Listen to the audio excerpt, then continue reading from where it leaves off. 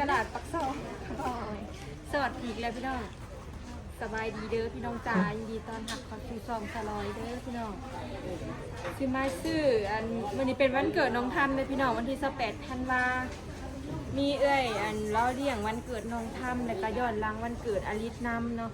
สลอยก็เลยมาซื้ออันแนวกินเนาะมาเห็ดกินตามน้องทันมาจากเพิ่นอยากจุ่มเพี้ยกับกุ้งพี่น้องแล้วก็ซื้อของเมื่อนไข่บะหมี่เห็ดอันที่เป็นยำเอียงเดี๋ยวไปเบิ่งก่อนเนาะซื้อของเมื่อนบอกกี้เห็ดยำพี่น้องมันเหลือ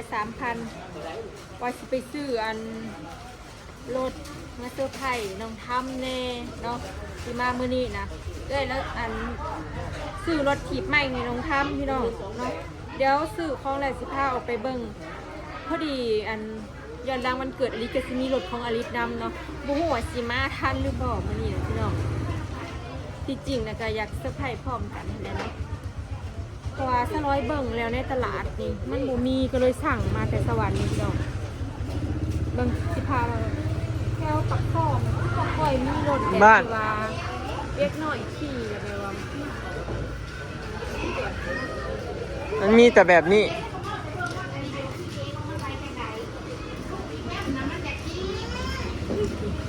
มีแต่แบบนี้เนาะ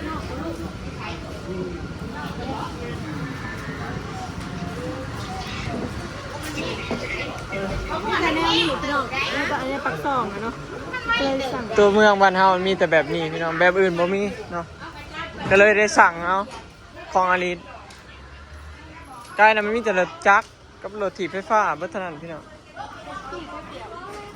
แม่นอันนี้มันขี่ยาก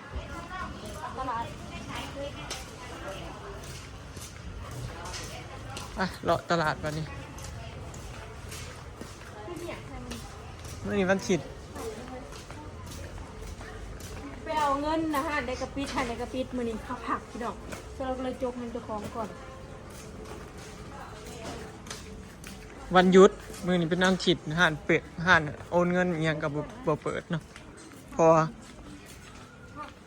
ตลาดมื้อนี้โล่งๆเลยพี่น้องแทบสิบ่มีคนย่างเลยพี่จิ๋วชิมาก็ไม่นงเมยไหมเมาหรือไปจ้าคนบุญบันก็เอื้อหน่อยส่วนอำมาลานางบริมาถุงเที่ยนี้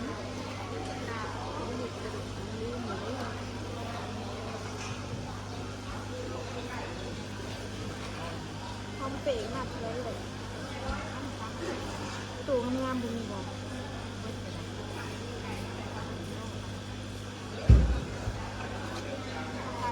หอมเปย์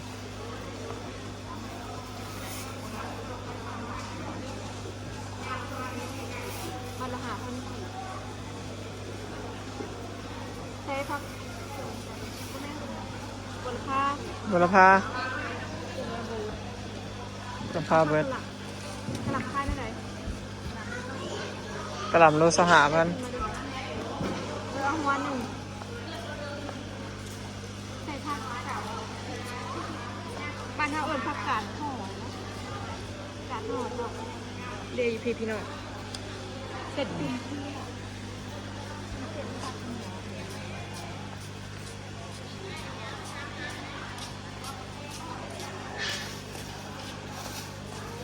จุ่มต้องพักหลายๆเนาะ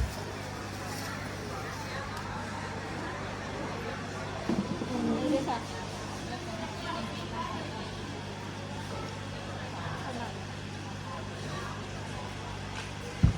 มันจะสื่อกุ้งน้องทำเนี่ยเลยมาเท่าไรเลย10,000หรืออายุสวนเขาบอก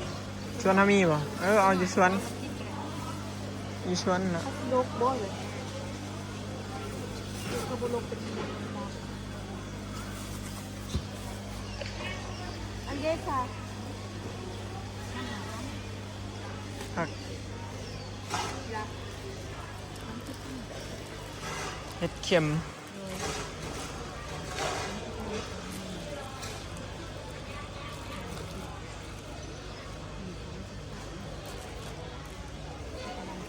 จะส่งซอง เ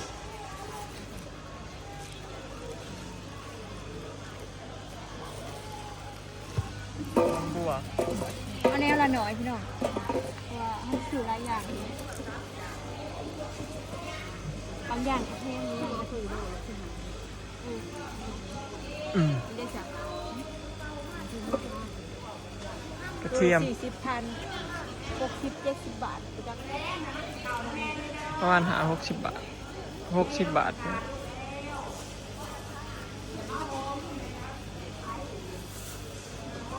มะลาเห็ดไม่แหมะลาเห็ดเสียงทอง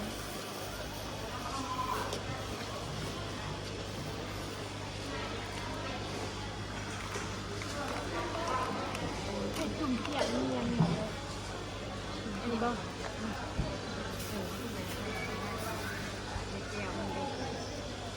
ข้าวเลย เฮ็ดแจ่วเพียกอะกับพริกพงเหมือนบ่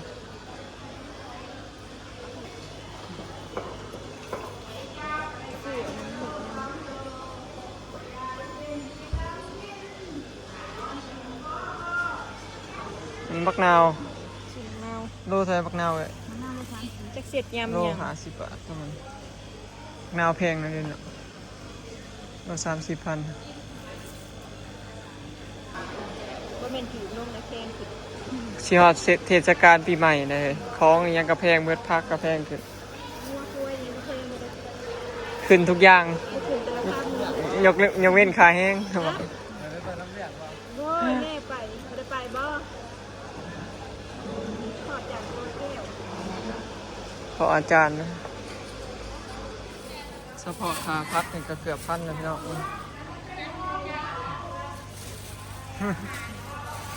จักย้ำจักพักเนาะ ซื้อกระต่ายมากค่ะต้องกินโมเมนต์ปลาทิกนะฮะปลาทิกนะเป็นแค่คูณ400,000เลย สื่อพักอย่างเดียว400,000นะเกือบ1,000 เฮ็ดเค็มอ่อนละบ่เค็มดูผักบัวยังเฮานะเอามาตื่มบ่นี่ตะกี้ว่าสิมาเก็บสวย ไม่กล้าตื่มให้ซองพักพี่น้อง มาตื่ม มาซื้อรถหันแล้วอยู่นี่ มาซื้อหักแล้วดู เออ ซื้อเหรียญถือว่าข้างหน้าไปดู ซื้อเนื้องัวพี่น้อง อ่อนแก่อ่อนอันนี้บ่แม่น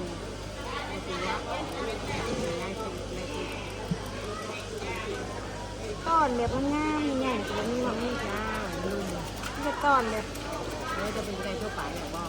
ไม่ได้ต้อนใหญ่นะเวลาซอยผัก ว่าตอนใหญ่ๆมันเปียงเป็นเปียงนะขา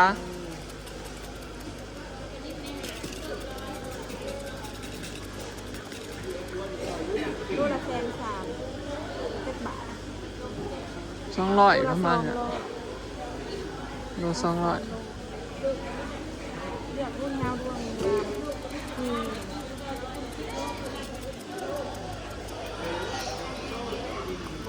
คนเนี่ย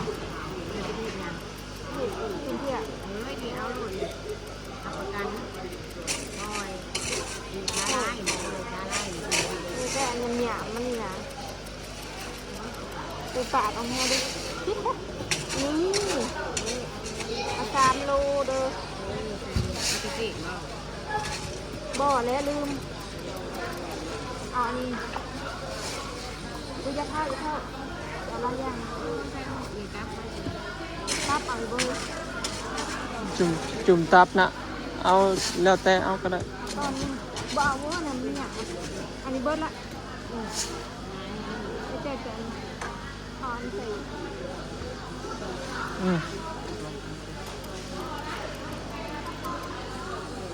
ข้าวย่างเสียอื่นเลย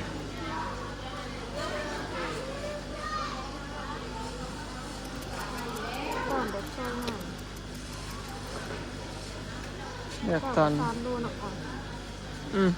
ทอดบ่ ยัง โลเต็มยุ มันยากใช่ไหมอีเมลแล้วมาใหม่เลยบ่เป็นหยังหามขาด มีกระดูกโขยแทนหรอก ระดูกโคย ต้มน้ำซุป กระดูกบ่มี นี่ไงกินกระดูกอันนี้ก็ได้นะแค่หมูที่นี่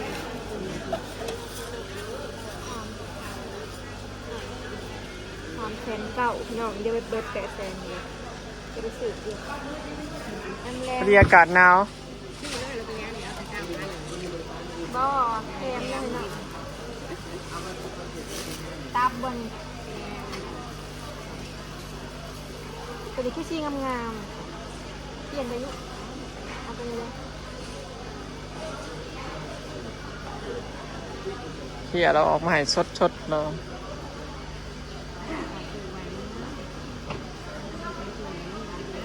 ถืออากาศเนาะ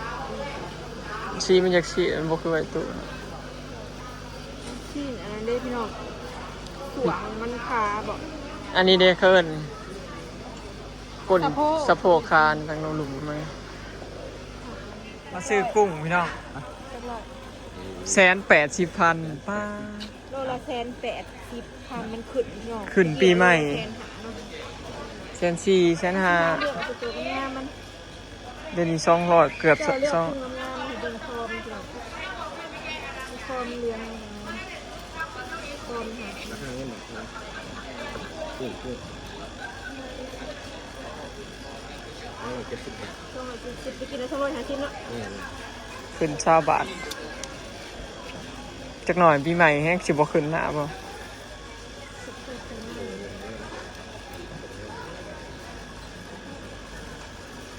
กุ้งพี่น้องกุ้งขาวนี่ปลาหมึกกล้วยเนาะ ปวดแน่นอน รู้เท่าไหร่ก่อน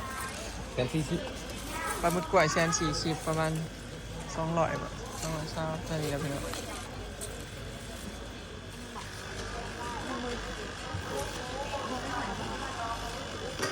มีกุ้งมีลูกชิ้นมีปลาหมึก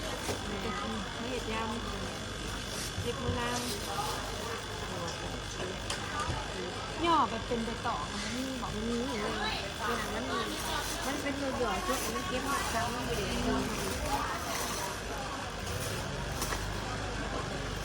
จ่ายตังค์มาดิเท่าไหร่ก็ 800,000 890,000 กว่าบาทพี่น้อง เรือ300,000 เหลือ300,000 เราไปน้ำลาไปซื้อเบียร์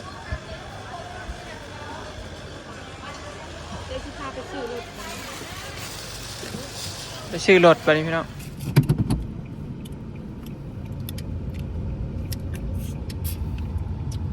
เราซื้อของก็เลยมาซื้ออันนี้กินแลม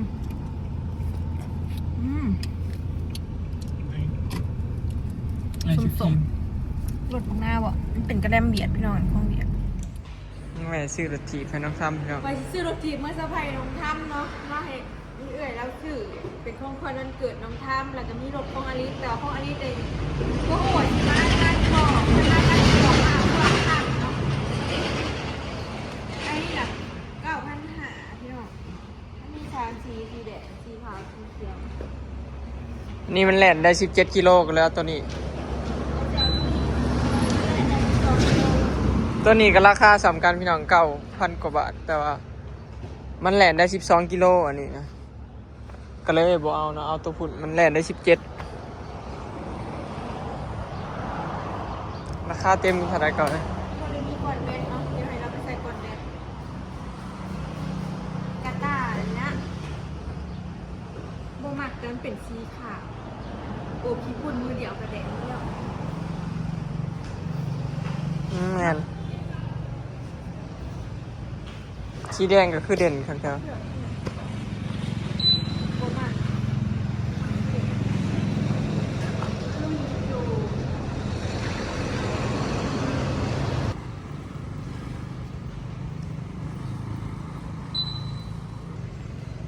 คันได้งามพี่น้องเลย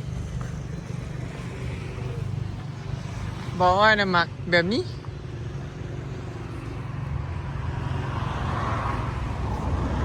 ต่างแต่มันแล่นได้แต่12 กิโลใช่ แต่ว่าหนาอันบ่ หน้ามันบ่งามนี่จะเบิ่งหน้าตัวนี้มันโหดดีเขาเป็นรถกับแรปเตอร์ ดูดันมีการล่มพร้อม ตัวมันแล่นได้หน่อย แต่ว่ามันแล่นได้หน่อย กว่าตัวนั้นลายไหมตั้งหากิโลผู้พอน้องท่ามขี่รถเพิ่งเฮียนไกลเลยเลยเอาตัวนั้นแหละ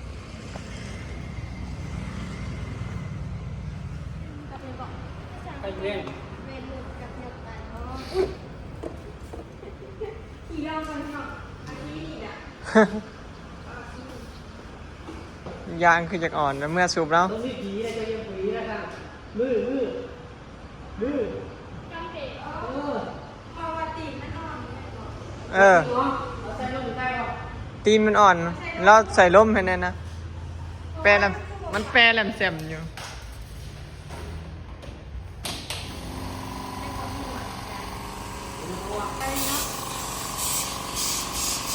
ยาวคือผู้หญิงไรจังของสีคือตุ๊ด อันนี้ปั้น เนี่ยสีได้สาก อันนี้แว่นเนาะอันนี้แว่น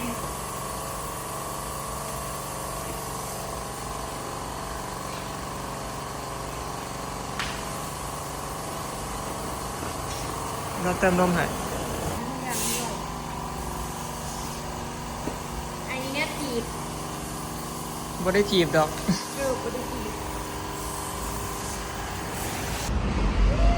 บ เปิดตามึงดูเออ ใช้งามเนาะ แห้งอยู่ มันมี3,000เนาะถ้าเป็นสีเขียวมิ้นท์เนาะสีเห็นตา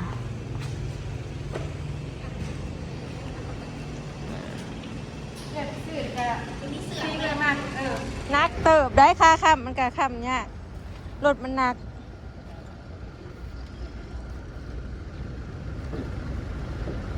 ได้บอ2 คนนะ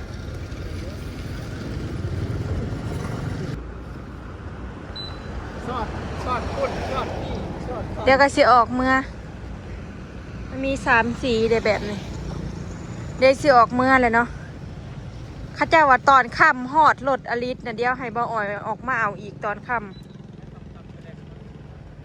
คลิปนี้สิขอเก็บภาพบรรยากาศไว้ซ้ำมีเด้อสิฝ่าเมื่อเฮ็ดกินเนาะตอนนี้4 โมงแล้วเฮาถาโดนเติบได้ถาอันนี้ เพื่อรับประกอบแล้วเนาะ นี่แหละอย่าบอกด้วยว่าโดนหันเลยอย่าบอกว่าโดนอะไร อัมมาลาเพิ่นไปให้ท่ามเลือกสีหูแล้วมั้งว่าสิเซอร์ไพรส์ โดนได้เรื่องบอกเลยอย่าบอกว่า ก็ยังว่าสิซื้อรถเซอร์ไพรส์ไปทำหลานโอ้ อย่าบอกแล้วอัมนาบ่ได้เรื่องเชื่อคนเชื่อใคร ไปแล้วพี่น้องสบายดี ยังพอเพิ่นย่างทุดงบ่ เราได้ทำบุญนำ